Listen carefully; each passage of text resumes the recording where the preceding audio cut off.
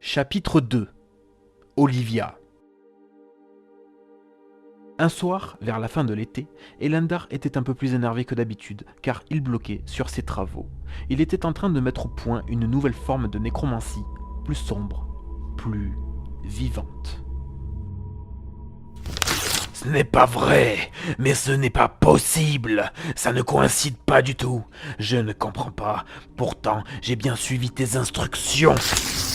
La Nirnaud cramoisie, celle que j'ai trouvée dans ton laboratoire, Cindéréon, ça devrait fonctionner. Olivia, fais vite bouillir de l'eau et apporte-la-moi tout de suite, espèce de ver de terre. Oui, maître Elendar.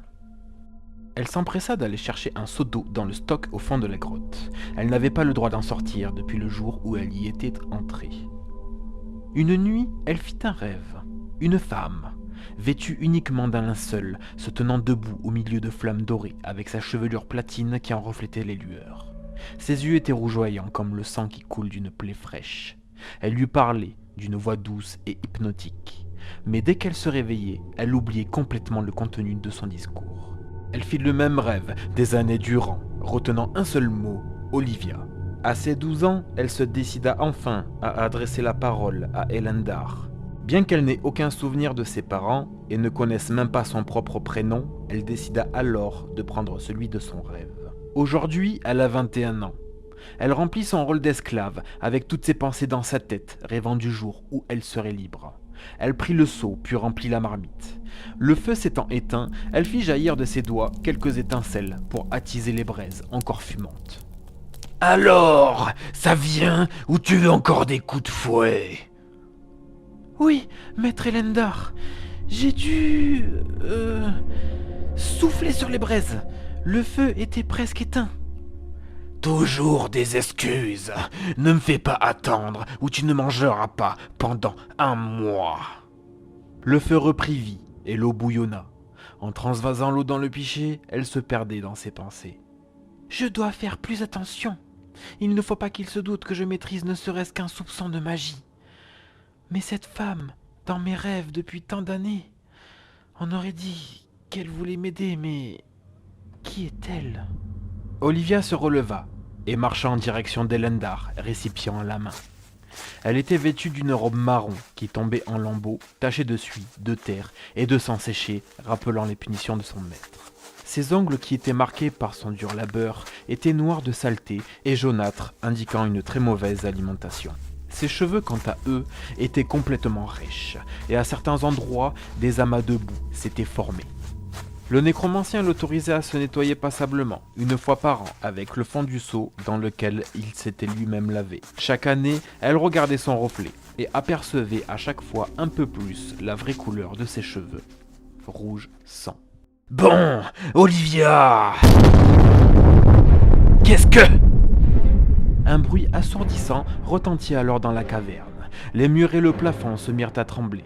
Elendar était complètement paniqué. Submergé, il tenta de retenir ses potions et ses livres qui menaçaient de tomber au sol. Olivia n'avait pas peur. Elle observa la scène en se tenant accroupie. Elle leva la tête et vit une stalactite se décrocher du plafond et s'écraser par terre. Les éclats brisèrent les runes imprégnées de magie noire qui empêchaient la jeune fille d'emprunter cette partie de la grotte. Elle entendit alors une voix familière dans sa tête. Cours! Cours, Olivia! Enfuis-toi! C'est le moment! Utilise tes flammes! Aïe, ma tête! Je ne comprends rien. Cette voix, c'est celle de la femme qui apparaît dans mes rêves. Aïe! Malgré le choc, elle se leva et courut vers le couloir interdit. Elendar la regarda au loin, et dans un élan de colère, il jeta les livres et les potions qu'il tenait. Il prit son bâton et visa Olivia. Non! Tu restes ici!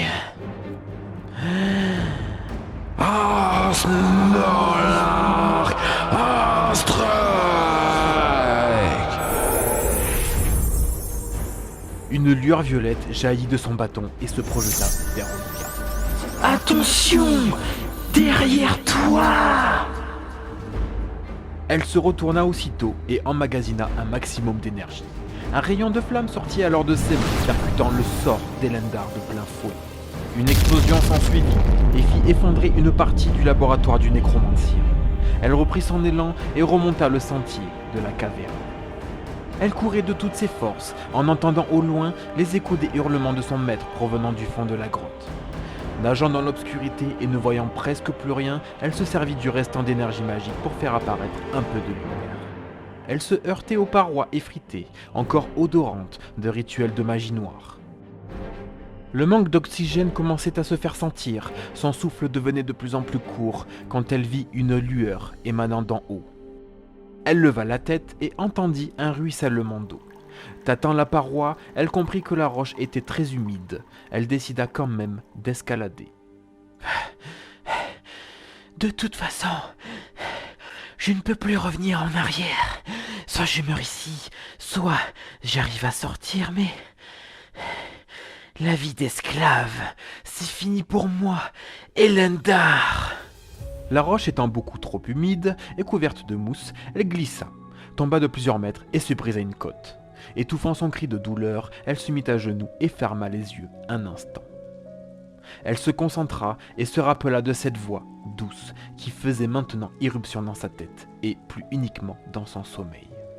Elle tendit les mains, paume vers le ciel, et fit jaillir un crépitement de feu. Elle reprit alors son escalade et comme par magie, au passage de ses mains, la roche se mit à sécher et la mousse à brûler.